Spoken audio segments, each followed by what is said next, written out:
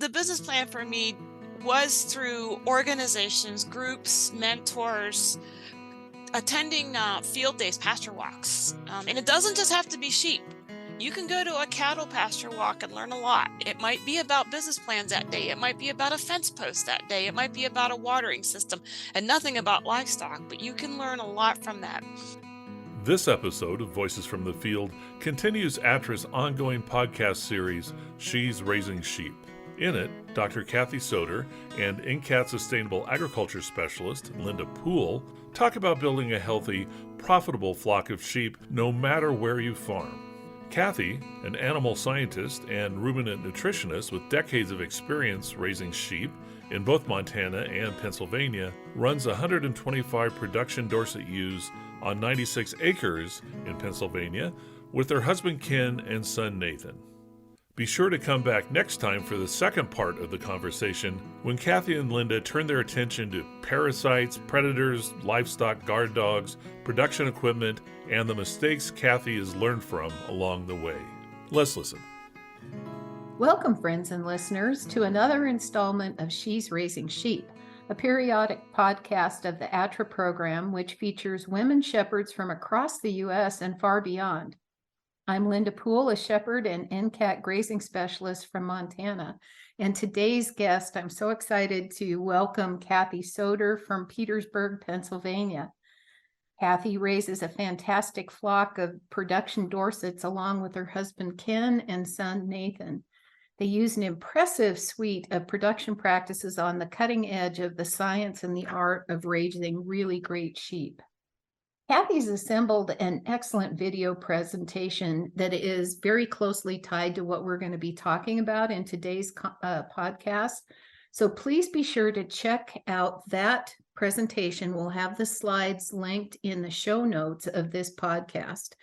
And maybe in the future, we'll be able to talk Kathy into doing an actual webinar with us, because I think what you're going to find listening to this podcast is that there is so much information that we can learn from Kathy Soder. So for now, I'll bet you're really eager to hear from Kathy herself about how she's built such a beautiful flock and a successful business. So welcome, Kathy, to She's Raising Sheep. Well, thank you. Thank you. I'm happy to be here. Yeah, well, I would love to kick this off by you just kind of setting the stage about how you ended up raising sheep in Pennsylvania. Okay. I grew up in central Pennsylvania in a rural community, not directly on a farm. My grandparents had farms, but was always interested in animals and ended up doing an animal science degree, and then moving to Montana to do some graduate work in animal science. And I guess, to back up a little bit, the funny thing is I do have sheep in my blood. I found out a few years ago. We have a great article in my family from my great-grandfather who was selling sheep in the state, and they were bidding on the sheep. And when the bidding slowed down, he pulled out a plug of tobacco and fed it to the sheep, and everybody loved it so much that they started bidding again. So he always fed tobacco to his sheep, from what I understand. So that's always been a story that I really like. But I really got interested in sheep when I went to Montana State University for a graduate program in animal science. I lived on the university farm, did research with the university ranch flock, the range flock, and they were really cutting edge with a lot of their technologies. They were one of the first flocks in the development of the National Sheep Improvement Program, which is the program that does the expected breeding values. And they just used a lot of technology that I learned. And when I finished my degree there and worked for the wool laboratory there for 2 years, I had to decide kind of another career path. So we moved back to Pennsylvania, and I went to graduate school again for my PhD in animal science in dairy nutrition, but still in ruminant nutrition. And at the same time, we decided to start a flock. We had to decide on what type of sheep to raise because we really loved those Western range breeds, but decided that they probably weren't the best fit for the humid East climate. Their feet and their fleeces weren't adapted, and we really started looking at the ethnic markets in the East, and we needed a breed that would lamb out of season. So that's what drew us to the Dorset. And we found a small flock, started on a 17-acre farm, got boxed in there, moved to our current 96-acre farm, and that's where we are today. Wow, that's quite a journey from Pennsylvania to Montana and back to Pennsylvania. One of the things that intrigues me about your story, Kathy, is how you really think about matching the sheep to the particular place where you're raising sheep. The Montana State University flock is Rambouillet, Targhee, a little Columbia, Mhm. Western white fine wool sheep, and now you've gone to Dorsets. So can you talk a little bit about how you choose a breed to match the place that you're in and the markets that you want to reach? How do you go about that? I think the first question when people come to my farm and they're looking at sheep, because for example, hair sheep are quite popular now. Mhm. And somebody will say, well, why should I buy your sheep over hair sheep? And first thing I will ask them is, what is your market? Some markets prefer wooled sheep. If you're doing ethnic markets and you're hitting those smaller sized animals, they're going to want a little woolly butterball. Mhm. And the hair sheep don't fare as well in general in those markets. If you're selling cuts of meat, you raise what you want to raise because you're selling a cut of meat. If you're happy with the product and your customer's happy with the product, so be it. You have to be happy with what you see in the field. If you don't like the looks of your sheep, you don't like how they behave, if they're too flighty, not flighty enough, if you're doing different things, you have to pick them by temperament and by productivity. And you take a lot into factor, not just say, well, I want to raise this breed of sheep and try to force fit it into a system. And Mhm. even within breeds, sometimes there's more variation within breeds than there is across breeds. Mhm. And the Dorsets are a great example because there's more of the show type, larger frame Dorsets, whereas we have the smaller, more traditional style Dorsets that don't require as many inputs and they're a smaller frame, but they meet our markets a lot better. Mhm. Yeah, I have another disclosure to our listeners is I have had some rams that had some K-bar K, which is the name of Kathy's farm and ranch, that has had some of her genetics in them. And when I take those lambs to my lamb buyer up here on the High Line in Montana, he's like, "So what ram did those come from?" And I said, "Well, why are you asking?" He said, "Because that type of lamb, I can sell whether that lamb weighs 60 pounds or whether that lamb weighs 120 pounds. I can sell that lamb because the way that they finish is amazing and the carcass is beautiful. It's a sweet thing how these Dorsets work if what your main product is meat. Yeah, my my buyer is like, "Could you get some more of those rams, please?" Yeah, and they're a docile breed. They're good mothers. They're good milkers. They lamb out of season. Those were the things we were looking for, and they do well in our forage-based system because Mhm. we don't feed a lot of grain. We do feed some grain when needed, but we don't feed a lot of grain. And I want them to work for us and not us work for them. Mhm. Yeah, so again, many directions I could go, but where I think I'd like to go is in your presentation, you said that you started in 2003 with 14 Dorset ewes. You borrowed a Dorset ram, and that, now you're to the point of making a lot of your profit through selling breeding stock and doing AI and bringing in genetics, maybe from Australia or England. Can you talk with us a little bit about the process of starting with a little bunch of not very completely matched ewes and now to what you're doing? Mhm. Sure. Yeah, when we bought that flock, there were some of both types, some of the framier show type Dorsets and some of the smaller, more production style Dorsets. And we didn't really know about the different types of Dorsets at that time. And we just started noticing some differences. Those old style Dorsets were just going to town. They would just pop lambs out, get them up, get going. And those large framed ewes did too. But what we really noticed with them is those larger frame ewes weren't weaning any more pounds of lamb than those smaller frame ewes. Mhm. What's happening in those ewes is they're eating more. Mhm. So that really got us to look. And so we started with a mismatch, and you can start with a mismatch of ewes. But one thing I would say is do not go to the auction yard and buy up any type of sheep. The diseases come for free. You know, the only thing I send to the auction yard is problems. If you Yeah. buy them, it's your problem.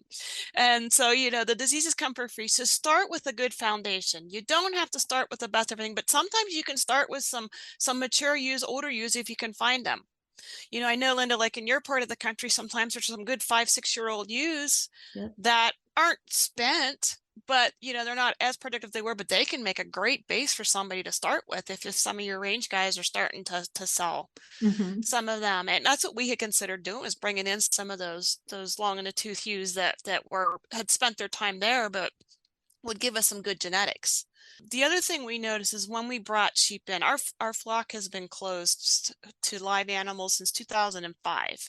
So everything Wow. that's come in has been in the semen tank. So we closed it. Biosecurity reasons was a big part of it. But the other thing we noticed is whenever we would bring anything in, it was usually rams, but occasionally a couple of ewes before we closed the flock, that those animals always had a hard time adapting to our system.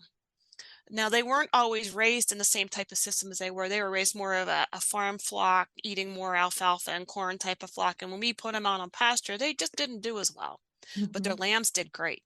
And so there's a behavior and an adaptation of those animals for those that were raised in the system versus those that weren't. So Mm-hmm. you may not find, or you may find that the ones you buy are doing okay, but look at what their offspring are doing, the ones that are raised in that system, and start selecting from the ones that are doing well. I don't care if they have a name. I don't care if they're the kid's favorite. I mean, you can keep them if you want to. Don't keep offspring out of them if they're not producing at the level of everybody else. Start being very selective. Select those ones that have twins. Select the offspring out of the ewes that lamb early in the first cycle, not the ones that lamb in the second or third cycle and are very late in the season. You start selecting the best and start keeping those back. And eventually you'll get into, a very good flock. And the one thing I would say too is don't buy, like I said, again, don't go to the auction yard and spend a little bit of money on your ram. I won't say Dorset, whatever ram you have, on your ram, because your ewe is a small percentage of your genetics of your flock. Your ram, if you use one ram, is 50% of the genetics of your next generation. Mm-hmm. So he'll make a huge imprint on your offspring. So make sure you get something that's half decent. Yeah. So tell us what constitutes a good ram for you and how you find those rams. And there might be a little bit of a side note to this too, Kathy, is you're in a mature stage of developing your flock, and you've already exhausted a lot of the good genetics who are around you. You are the source of the good genetics. And so what you need to do might be a little different than some of what our listeners need to do. So maybe you can touch on what you do, and then if somebody was, in the first 5 years of raising sheep, what they might look at for choosing a ram that's really going to advance your success. Yeah. The old joke is as a ram, a good ram is one that has 2 testicles and 4 legs, but there's more to it than that. No.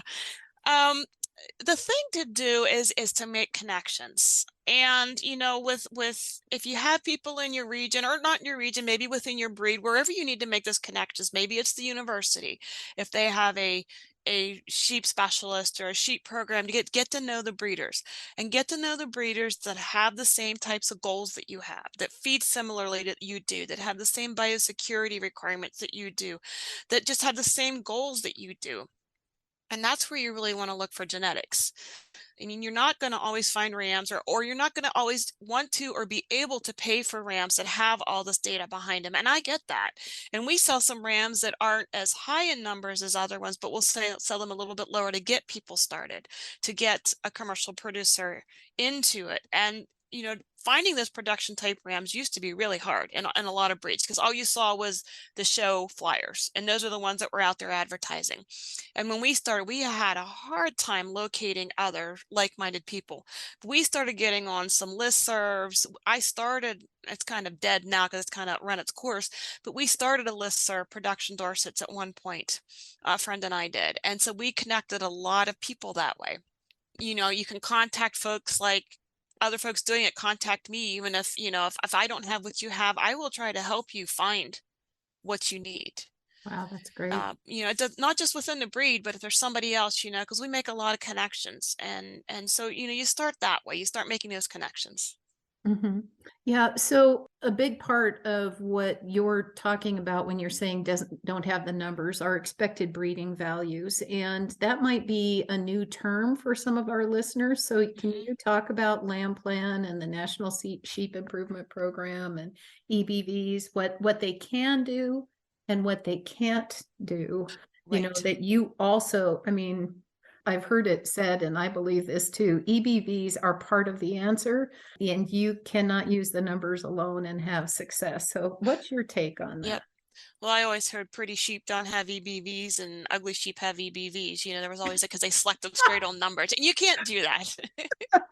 You can't do that. Yeah, EBVs are expected breeding values, or folks who have other species may know a similar term of expected progeny difference is used sometimes in the cattle industry and swine. Mhm. And what it does, it's a complicated system that takes, in a nutshell, the data of that animal and the data of all its relatives in my flock and any other flock that's enrolled in the program. And it generates this expected breeding value saying, will this animal produce higher than the average or lower than the average? And that average will depend. Average could just be my flock if all I have is numbers within my flock, but it could be across the breed as far as whoever enrolls their flock in those values. And that was one thing that Montana State was really, really at the forefront of, and where I really learned to be a data nerd. And I wouldn't know how to raise sheep without numbers now. And so I was indoctrinated in that in my program there with my advisors at MSU. And I really learned to trust the numbers. It takes a while, and you can look at things like birth weight, weaning weight, post-weaning weight. They'll do eye muscle depth. They'll do wool traits, which I don't do because of them being Dorsets. Fecal egg counts. There's a whole reproductive traits, number lamb. There's a whole host of traits out there. There's dairy traits as well for dairy sheep. And you can take, if I get an animal that is a plus 5.8 on, let's say, post-weaning weight, that means that animal will have let me think how this works now, have a higher weaning weight that will average half of that. So it'd be like 2.5 kilo. That's in kilos for them, but it would still be about 5 pounds for Mhm. us, because that ram only gives 50% of the genetics to that animal. So if I'm increasing my weaning weights by 2, 3, 4, 5 pounds doing that, and I've seen that trend over time. We have graphs, and NSIP has graphs that show how characteristics and how traits have increased over time because of that. So Mhm. we really trust those numbers to kind of sort out the top of the animals. But then after I do that, I need to go to the barn, Mhm. because the NSIP doesn't tell us all. It doesn't tell me how that ewe mothered that lamb. It doesn't tell me how vigorous that lamb was. It tells me nothing about how structurally sound that animal is. And it doesn't tell me things if you're interested in face wool, leg wool, black spots, odd wool, things like that. It doesn't tell me out of season lambing ability for the Dorsets, because it only records one lambing a year. I can enter them, but I have to kind of keep track of that myself. And it tells me nothing about the temperament of the animal. So I have had some very high ranking animals that have been real terrors, and they left because I wasn't going to breed bad temperaments. Mhm. Yeah.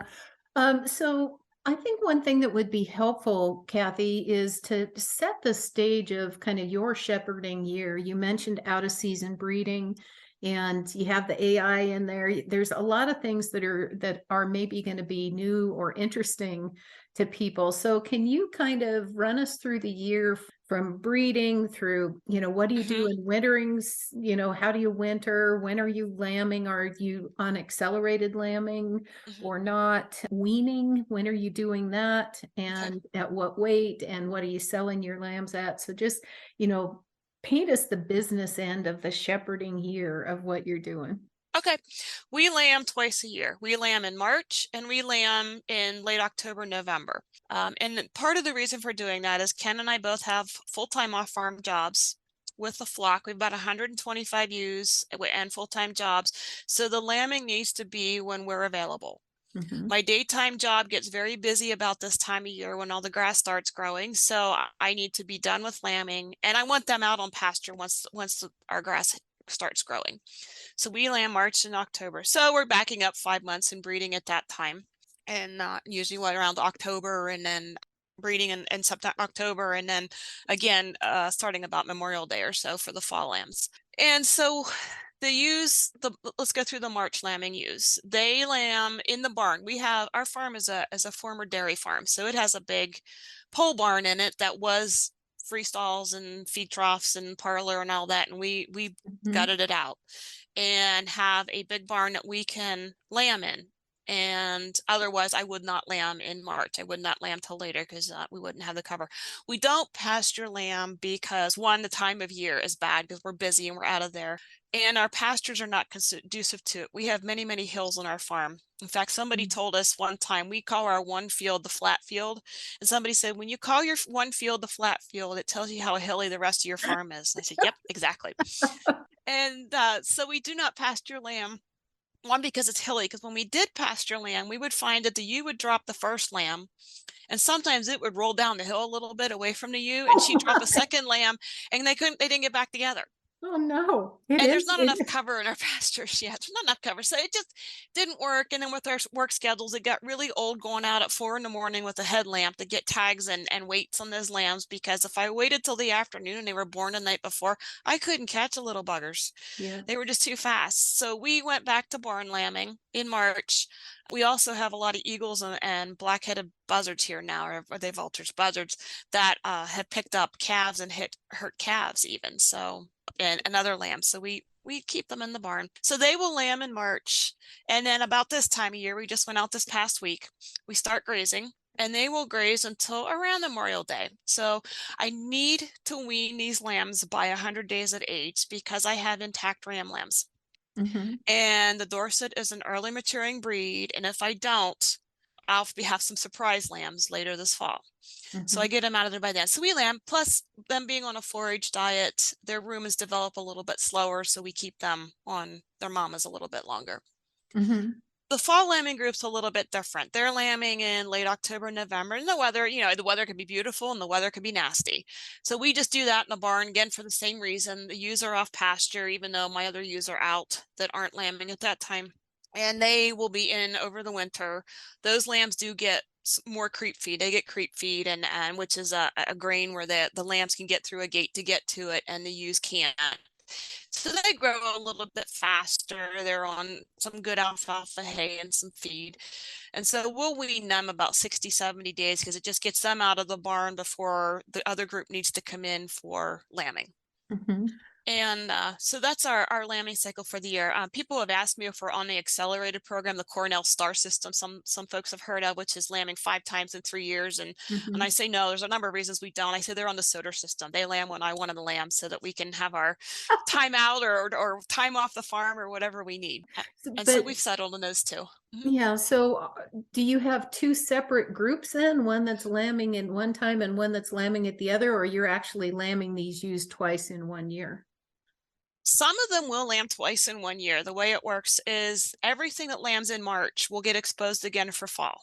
Mm-hmm. Now, if they lamb in the fall, they kind of hit a fall cycle because there's not you would need that third breeding in there for the year to catch them again, because they would be lambing at the same time as I'm breeding in the fall, so they don't have that opportunity. So I have some ewes that hit that fall cycle and just lamb every fall. And if I could get the whole flock to do that, I would love that. It's a great time of year to lamb. It's a good market. Yeah. There aren't that many lambs out there. You're not hitting that glut of the market when you hit beginning of the year with some holidays, ethnic holidays, and some other activities going on. So some of my ewes are accelerating where they're lambing twice in a year. Some of them are hitting that fall. But any ewe that misses 2 breedings, or any ewe that has a single twice, Mm-hmm. in a row, leaves. Yeah, makes sense. It leaves. So those lambs, you're weaning them at 60 days with one bunch, 100 days with the others. Are you keeping those and feeding them out? Are you marketing at that point? What happens to the lambs? At that point, after weaning, I can submit my data to NSIP, and then I make an initial cut on what would make good breeding stock and what doesn't. So the breeding stock will raise out a little bit, at least the rams. The ewe lambs I'll start selling after weaning. The rest of them, we do not raise them out. we're land limited a little bit. We have 96 acres, but we have about probably 40, 45 acres of pasture. There's some cropland. Of course, there's the house, there's some woods. And so we do not feed out lambs. I sell them as feeder lambs, and they've gone out to a number of people. I've got a list of people that want feeder lambs. So that works well for us because it's just one less thing for me to manage with full-time jobs. If I didn't have a full-time job, that would probably change what I would do with marketing and a lot of things. And that's the decisions we had to make, because people will say, well, why don't you market your wool here? Why don't you sell ethnic lambs? We're 20 miles from Penn State University, a very culturally diverse population. We could sell, in fact, some people come over to our farm sometimes, lots of funny stories there, looking for lambs for different ethnic holidays. We could sell into there, but the time that it would take, anytime you add another enterprise, it's almost another 20 to 40 hours a week. Mm-hmm. And so we have decided to focus on the breeding stock and then kind of market what we can elsewhere. The feeder lambs is a good market outlet for us. The wool, sometimes we've made some blankets. Of course, right now, I don't know what we're going to do with it because there is not much of a wool market at all. And our only group that picked up mid-stage just shut down. So, there is no pickup for wool right now. So I'm not sure what we're going to do, but we found some local mills. So we may look at selling to some local processing mills. Mm-hmm. And I'm finding out there's more of them around than I thought. And not just the big ones, but some little ones that are tucked away in little valleys. Yeah, well, we're very fortunate at NCAT right now to have received one of the climate smart commodity grants from NRCS, and so we've got a huge project, a $30 million 5-year project to work on climate beneficial fiber. And, I was just on a phone call with one of our partners from New York and thinking as part of this work that we'll be doing, a big part of the wool project will be in the Northern Great Plains with our fine wool sheep. But, if you're really trying to come up with something that is regenerative, that helps communities and helps climate and creates a sustainable, profitable program. Most of us who raise sheep make our money off meat. It's not the fiber. And yet what we know is the most sustainable fiber on the face of the earth is wool. Right. And so, thinking about products and processing and value chains for what I would call meat quality sheep. So it's a down wool, Dorset type wool is going to be part of what we're doing, and fingers are crossed that we can come up with a way to do that, because the Dorset wool, I'm a hand spinner too, and I love it. It's bouncy, it's got a lot of crimp, it's it's got a lot of life to it for the amount of crimp that it has.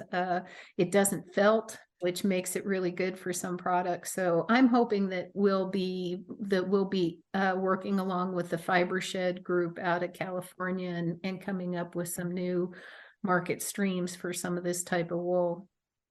I think there's some efforts in the East as well, or some groups forming up trying to get some different marketing opportunities, especially for what we consider these lower quality wools, because they're not worth as much as the fine wools are in the West, but there's still a need for them and certainly a use for them. I have a comforter made out of our wool that we had done years ago. I can't keep it on my bed; it's too warm. Yeah, I had some of the sheep that had your blood in it, and then I had some that had Clun Forest in them, so another meat breed.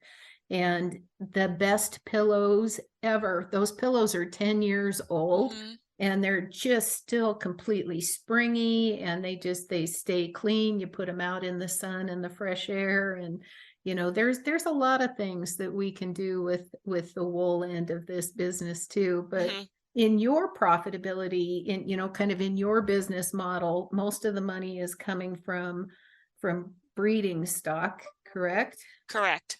Yeah.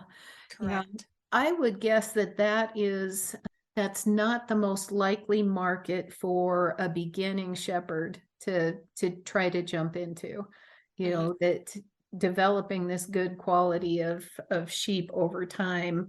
And then, maybe someday you'll have the type of flock that might be appropriate for breeding. So just kind of a word of, we can learn a lot from Kathy, but it's not, one thing to learn is that we can't jump in pretending like we've already been doing this for 20 or 30 years, and Right. been And the other successful. thing about selling breeding stock is it is a huge time commitment because especially with rams, I'm piecemealing rams out one or two at a time. And the time I spend with each buyer answering questions and the time I spend with, I'll use a term here, tire kickers. They want a really cheap ram, but they want our genetics. I mean, but they're time wasters. Yeah. But even with the valid buyers, there's just a lot of time in putting together the data, putting together the pictures, putting together the information, putting it out there, answering questions, arranging to meet buyers, arranging transport. There's just a lot out there. It would be a lot easier to load them up and take them to the auction or take them to, we have New Holland auction 2.5 hours away, than one of the biggest ethnic, sheep auctions in the country. And we have taken sheep down there, but we've chosen to go other routes. The ATTRA website has been connecting sustainable agriculture students and farmers around the country for decades. Our free internship hub makes it easy to find interns or farmers looking to hire interns. If you're looking for some practical experience on a working farm to bolster your studies, or you want to pass on the wisdom of your experience in exchange for some willing elbow grease, stop by at attra.ncat.org. Yeah, and that's a lot like me with my wool, because mine are fine wool sheep, merino crosses, and I can make a lot more if I'm dealing with hand spinners one at a time. I mean, like 20 times more I can make if I'm really focusing on the fiber. But if you look at the return on investment for the amount of time that I spend to do that, that's always an important piece of this too. And maybe that's where we could go with this now, Kathy, is kind of like, how did you develop the business plan and your philosophy? And, how do you pull that all together, especially thinking of people who are just getting started? Are there places to go to learn how to do this? I went to Ranching for Profit and found that hugely helpful. Of course, ATTRA has lots of good information on business planning and grazing planning and marketing and things like that. But how about you? How did you come up with the philosophy and the business model that you're running on? Well, part of it, I think, was just my academic background, and that's how I got into sheep first. Before just having sheep and then having to get into that, I think, I was in that mode to start with. But, I think the question to ask yourself is, why do you want sheep and what do you want to do with them? And then finding that animal that will fit it. And, as far as resources, there's a lot of things you can do. I talk about connections, and I can't say enough about connections.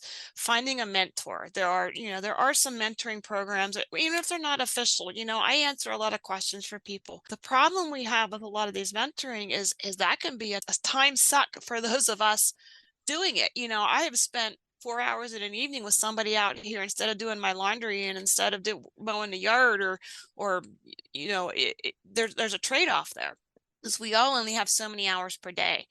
But the business plan for me was through organizations, groups, mentors, attending field days, pasture walks. And it doesn't just have to be sheep. You can go to a cattle pasture walk and learn a lot. It might be about business plans that day. It might be about a fence post that day. It might be about a watering system and nothing about livestock, but you can learn a lot from that. There's a lot of good groups, and a lot of them are our university folks and some others who are putting out great webinars. ATTRA puts out stuff, and everybody, a lot of groups are there's some state and regional groups that do it too. We have, like Pennsylvania, well, they're PASA Sustainable Farming now. Or Sustainable Agriculture. They've changed their name, but they do a lot with small ruminants. And even if it's not in your region, if you're in Highline of Montana, you can learn something from a webinar from Georgia. It might not be the same climate, but some of the principles are the same. Yeah, I'm just, I am so grateful that we have gotten to the place where there are so many webinars that are available. Food Animal Concerns Trust does a lot on small ruminants, and they're way farther east than I am, but you can always learn from that. And I'm grateful. It's a long ways to anywhere from where I'm at. And when we have sheep, we don't really have time to travel. And so, Yep. we need to be paying attention to what we're doing. So I am grateful to that. One thing that we talked about as we were preparing this podcast, Kathy, was the idea of where not to learn. And can you kind of talk with our listeners about where you might find bad information and how you might be able to tell the good from the bad? Right. Well, telling the good from the bad can be a challenge because you have a hard time figuring out who's the second year expert and who has done it for a while and often gets shut down. The social media is just terrible. I have found very little. I mean, occasionally you find a group that's good, but then it tends to get hijacked by the keyboard warriors that know it all. And it's their way or the highway. I've raised this for 2 years and this is the way I did it and it works. Okay, it might work for you, or it might have been a fluke, or it might have been, something else that you're attributing it to. But social media, I would say, be very, very wary of in general. I'm on a lot. I lurk on a lot of pages. I stay off of it because you get sucked in, and then somebody will say, "Well, who are you to answer?" And those of us just say, "Nobody. We're nobody. We'll shut up. Go ahead." But I find a lot of our organizations, NRCS has some really good, we have good grazing specialists. And I said about some of the universities, University of Maryland has a ton of information out. Yeah. Susan Shanian, who was an MSU grad as well. She's amazing. Yes, she's retired now, but she, yes, and she has a bunch of information. So there's some different, Iowa with Dan Moracle, there were a bunch of them that put out a lot of different information, and some of it applies to you. Some of the Midwestern models may not apply to the East or vice versa, but you can still pull out some of the information. It's really good. And I'm not just pushing it because it's university, because I know they can get ivory tower too. I've been there, I've done that. But there is, especially in small ruminants, there are very few sheep extension specialists anymore. And it seems like the ones that are out there really want to help. They're there, and a lot of them are sheep producers. Mm-hmm. And yours there in Montana, I went Brent to school with Rader. him. So Yeah. yeah, I went to school with Brent. And so, they really want to help, and they're putting out good information. And I think, that's a good place to start, but then you got to get that local information. And that's where you go to your local groups, whether it's your state sheep association, if it's active. Some are more active than others. If it's maybe an NRCS grazing person, if it's going to somebody who's at extension and says, hey, I need to find some sheep producers to bounce questions off of. Who's in the state? Who can I talk to? Right. What are the activities? What are the pasture walks? What are the conferences, field days, whatever I need to go to start? And you need to get out. I know it's hard to get out, but we need to get out. We need to interact. Kathy, earlier in the podcast, you mentioned that you have a closed flock, and in your presentation slides, there's a story in there about the foot rot. And, you've warned us not to be bringing home buying diseases at the auction yard. Can you talk to us a little bit about biosecurity, vaccines, how you work with your animal health and your veterinarian to have a good system? Sure. We decided to close the flock in 2005 because, well, one was that foot rot issue, and it was hard to find sheep in this region that didn't have an issue like foot rot or sore mouth, because we don't have sore mouth either, or ringworm. Sometimes, you'll get some of that. And we just, when we decided to really push the breeding stock, we wanted to do it with a high health standard. So we closed the flock because we were going to start using imported semen. So we really didn't need to bring rams in.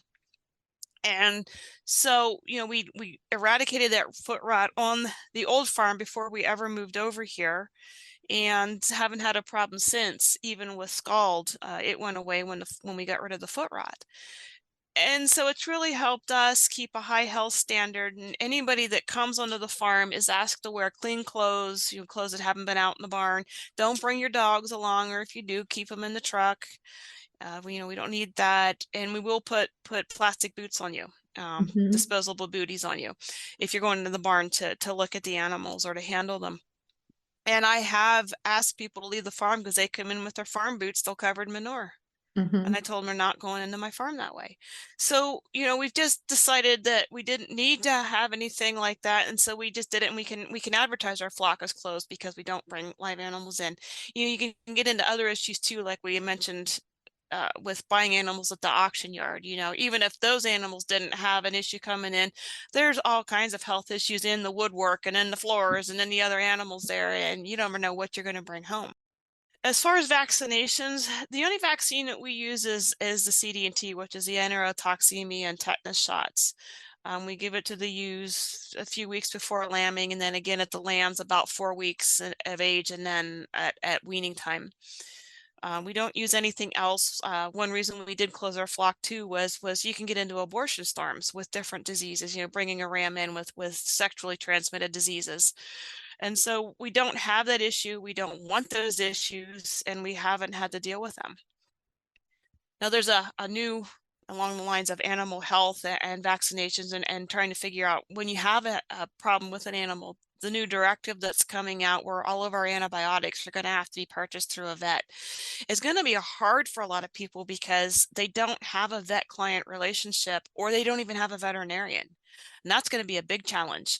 But if you do not have a relationship, but you have a local vet, it is worth your while to make that relationship. And that, yes, you might have to spend money to have that vet come to your farm once or twice because they need to get to know your flock and establish that relationship. But a lot of times you can learn something from them. You might have a prolapsed uterus you've never dealt with before, and I don't know how to do it, and the vet shows you how to do it, and that trip next time you know how to do it if you ever have it again.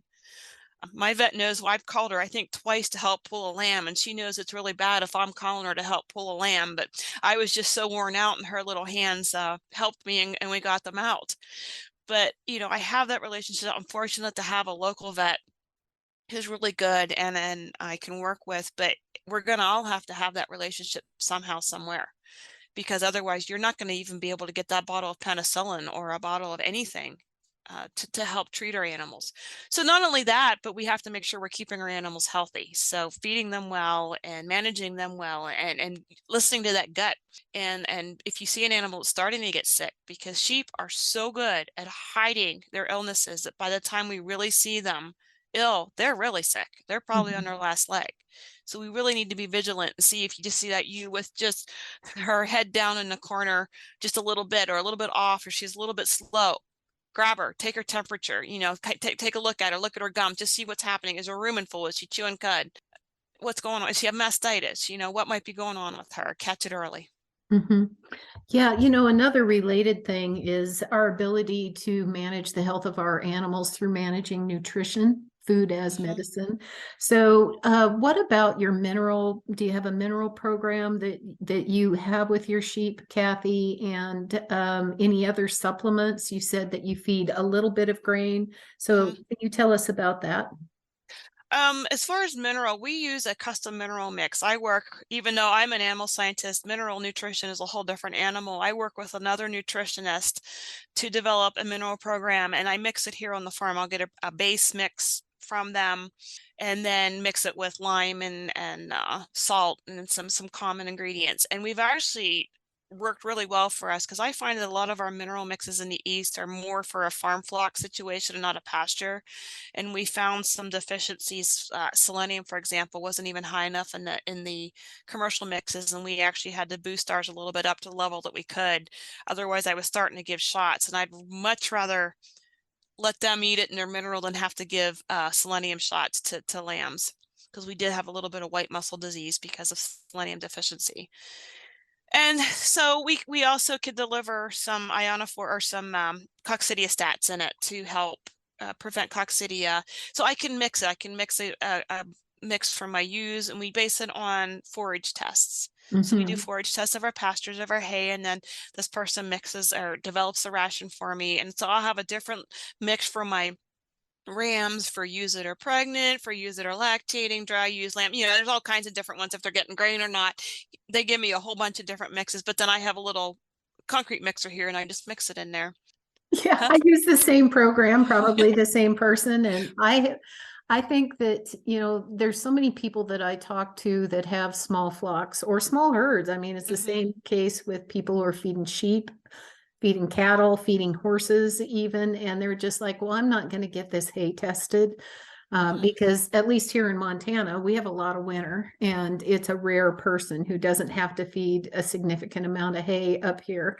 And they're like, well, I don't really think it's that important to get my hay tested. And talk about return on investment. When I went to a truly balanced ration, so many of the problems I had with my sheep went away.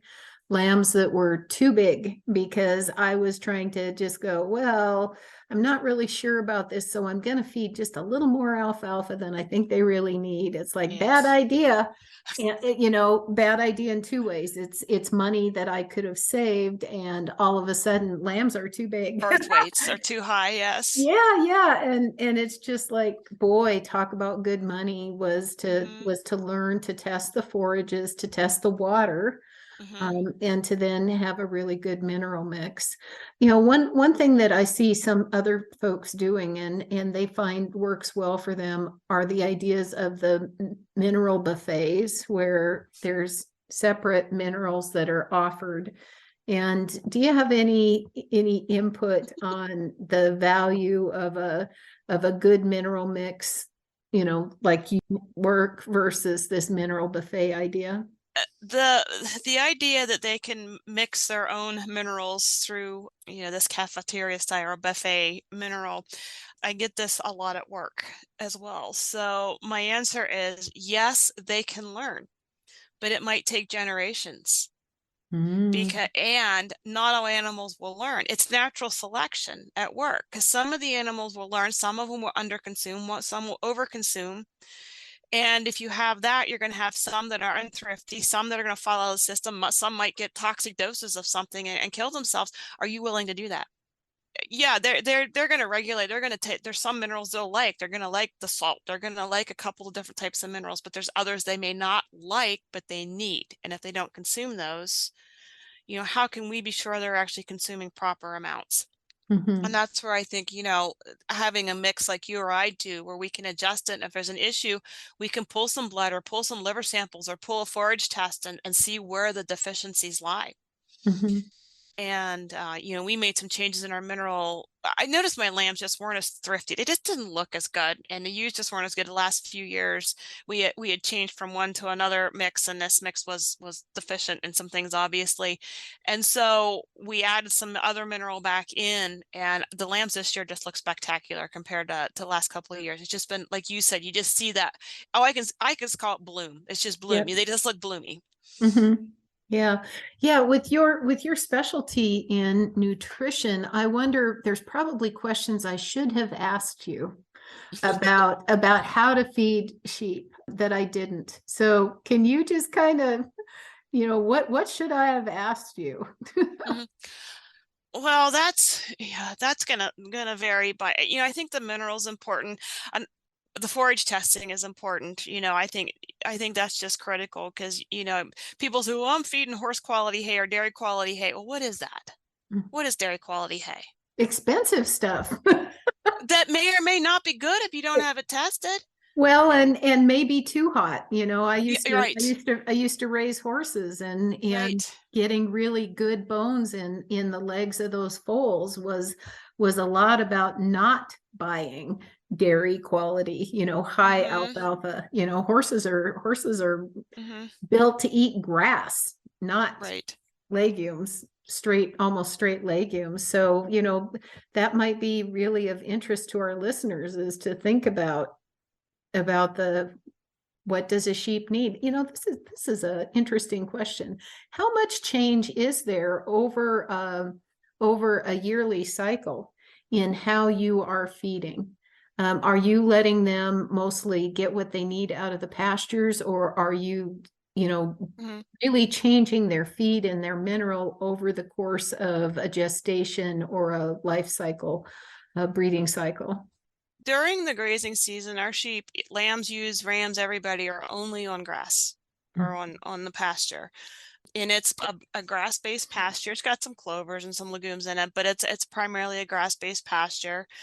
If I fed them some supplemental feed, would they grow faster? Yes, but that's just a choice we have made to be a forage-based system.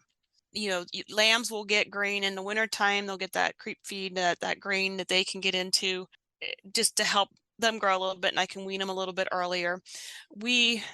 During gestation, if for these March lambing groups, we will feed first part of gestation when they come in from pasture, which can be anywhere from Thanksgiving through end of January, usually depending on when we get snow. And the snow we gets that really hard crust or gets ice on it. And we had an ice storm last year. We had one of those flash freezes, and I had to pull them off pasture about 4 weeks early. Because they just couldn't get through that. That was something else. But when they come in, they're going to get what we call our first cut hay, our first cut grass hay, because it's a lower quality hay. We've tested it. It's a lower quality hay, but their maintenance requirements aren't that high. And then as they get into the last 3 to 4 weeks of pregnancy, we're getting them more of a mixed hay, mixed legumes and grasses. I don't give any grain unless they would have really, really poor quality hay, which has happened in years. You can buy whatever quality hay you want. You have to feed what you make. So you got to sometimes make adjustments. Yeah. And so if we have decent mixed hay, again, tested, I will get that the last 3 to 4 weeks of pregnancy. And when they lamb, if I have ewes that have triplets, I'll start feeding them some grain. They're getting a corn, soybean, roasted bean mix.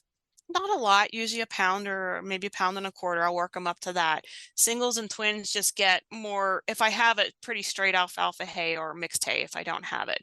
And I don't grain feed those ewes at all that have singles or twins.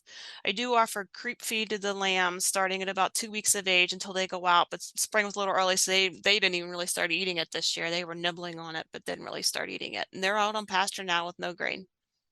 So the creep feed is a grain creep feed. It's not a hay based. It's a texturized grain feed. Yes. It has some molasses in it, so it's pretty palatable to them. And it's got some whole grains, some high moisture corn and some barley and wheat and some mineral in it. Yeah, and they have access to that from the time they're 2 weeks old until they leave the place, or just Till they go to pasture. They don't have it now. Okay. Yeah. And they make that transition. Yeah. Well, this is really helpful. Thanks. That's it for this episode. Thanks for listening. Additional information about this episode and related resources can be found at attra.ncat.org. Don't miss an episode. Subscribe to Voices from the Field wherever you get your podcasts. I'm your host, Rich Myers. ATTRA, Voices from the Field, is produced by the National Center for Appropriate Technology, headquartered in Butte, Montana.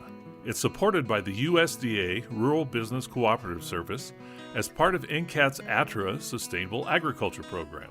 Any opinions, findings, conclusions, or recommendations expressed in this recording are those of the participants and do not necessarily reflect the views of the USDA or NCAT. We'll catch you again next week, and until then, keep on farming.